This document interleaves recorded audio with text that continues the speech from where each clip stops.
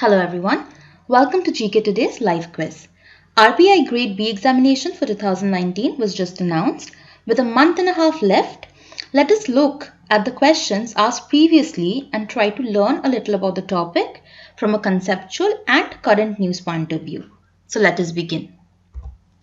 Under the chairmanship of which of the following committees was it recommended a five-pronged strategy Project SASHAKT to deal with non-performing assets in the country's banking system? And your time starts now.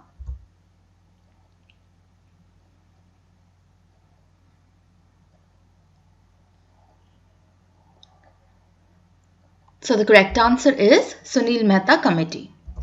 A committee was formed under the chairmanship of Shri Sunil Mehta, non-executive chairman of Punjab National Bank, to examine the setting up of an asset reconstruction company ARC or an asset management company for faster resolution of stressed assets involving multiple public sector banks. Project SASHAKT was proposed by a panel led by Sunil Mehta, and bad loans of up to ₹50 crore will be managed at the bank level with a deadline of 90 days. Another proposal was for bad loans of 50 to 500 crore, banks will enter an intercreditor agreement authorizing the lead bank to implement a resolution plan in 180 days or refer the asset to NCLT. For loans above ₹500 crore, the suggestion was that the panel of an independent AMC supported by institutional funding through AIF. So the idea is to help consolidate stressed assets. What is the statutory liquidity ratio at present? And your time starts now.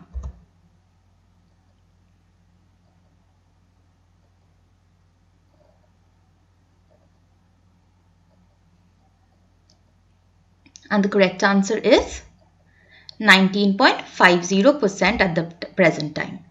So statutory liquidity ratio is the percentage of funds banks need to maintain in the form of liquid assets at any point in time. But banks need to maintain these funds in the form of government securities, bonds or precious metals and not in the form of cash. For that there is a CRR. So currently the SLR is 19.5%. These funds are largely invested in government securities. When the SLR is high, banks have less money for commercial operations and hence less money to lend out. When this happens, home loan interest rates often rise. When the SLR is low, similarly, home loan interest rates are likely to fall. So this is how the RBI controls the market liquidity. The UN Micro, Small and Medium-Sized Enterprises Day is celebrated on which date? Your time starts now.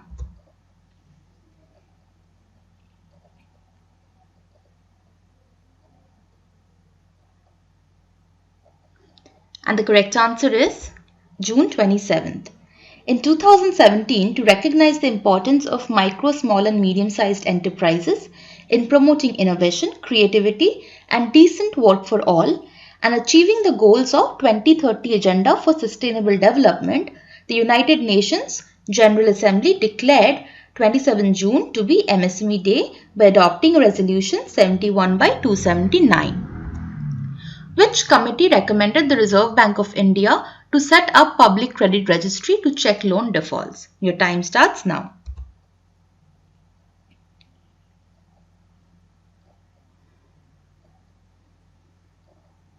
And the correct answer is Y.M. Diosthali Committee. So what is Public Credit Registry? It was created by the Reserve Bank of India and it is a public digital registry to capture and store financial information of borrowers in India, both existing and new borrowers. The credit registry will collate the borrowing history of both individuals as well as corporate borrowers. Now borrowers will have access to their credit information and they can seek corrections if needed. The Public Credit Registry is the culmination of recommendations given by the committee headed by Y.M. Diosthali. The idea behind creating the public registry is to collate the financial information of individuals and corporate borrowers under one single platform, which is inclusive of financial delinquencies, pending legal suits, and willful defaulters. The objective was to strengthen the credit culture of the Indian economy. And this was suggested that This would improve India's ease of doing business parameters at the World Bank as well. In June 2018, the Reserve Bank of India conducted a Financial Literacy Week with a focus on creating banking awareness. Which of the following was in the theme of the Financial Literacy Week in 2018? Your time starts now.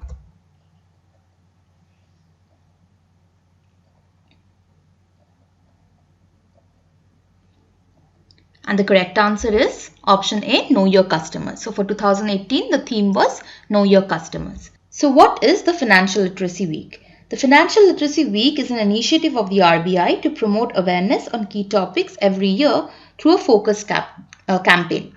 Financial Literacy Week 2019 was observed from June 3 to 7, and the theme was farmers and how they benefit by being a part of the formal banking system. Which of the following bank was listed as best bank in private sector?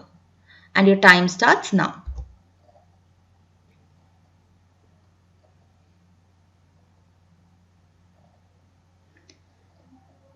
And the correct answer is HDFC. So in banking sector, there are three types of banks, that is public sector bank, private sector banks and foreign sector banks. In private sector banks, the banks are owned through either an individual or with limited partners, and these types of banks are not incorporated. HDFC or Housing and Development Finance Corporation is the biggest bank of India in terms of market capitalization, which is closely followed by Axis Bank and ICICI Bank. What is the full form of CVV? And your time starts now.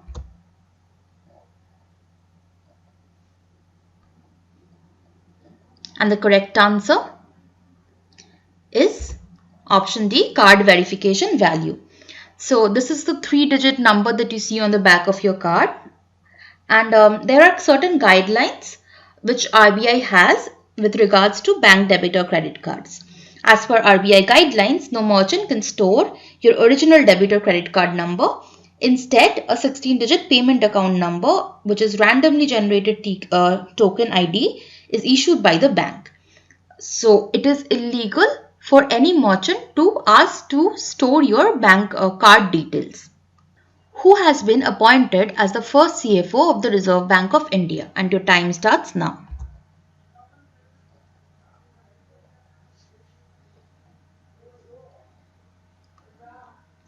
And the correct answer is A, Sudha Balakrishnan. So Sudha Balakrishnan, who is a former NSDL executive, had been appointed the first ever Chief Financial Officer of the Reserve Bank of India as of on May 15, 2018. Now the CFO of RBI is responsible for communicating an accurate and timely reporting of the central bank's financial performance and oversee budgetary processes.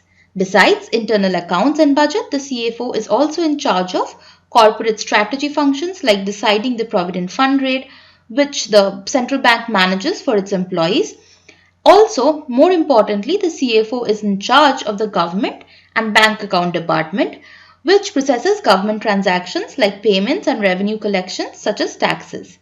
And as the nodal officer managing the RBI balance sheet, the CFO also oversees the central bank's investments in India and abroad. Which of the following indirect taxes are not subsumed under GST? And your time starts now.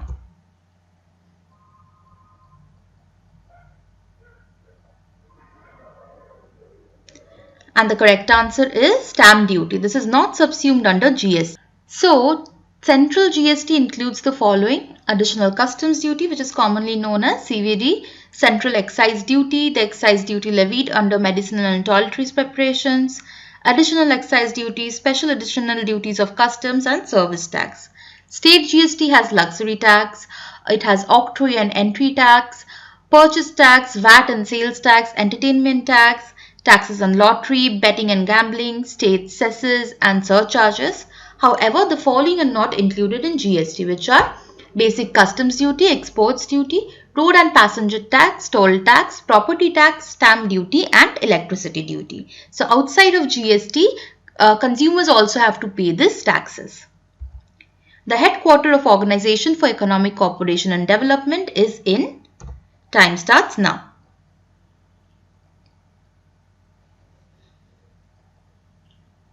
And the correct answer is Paris, France. So the Organization for Economic Cooperation and Development is a unique forum where the governments of 34 democracies with market economies work with each other as well as with more than 70 non-member economies to promote economic growth, prosperity and sustainable development. India is one of the many non-member economies with which OECD has working relationships in addition to its member countries. And the OECD has been cooperating with India since 1995. That's all for this quiz. Do mention your scores in the comment, and if you want more quiz focused around the RBI Grade B examination, do leave a comment as well. If you like our efforts, don't forget to like, share and subscribe. And until next time, goodbye and good luck.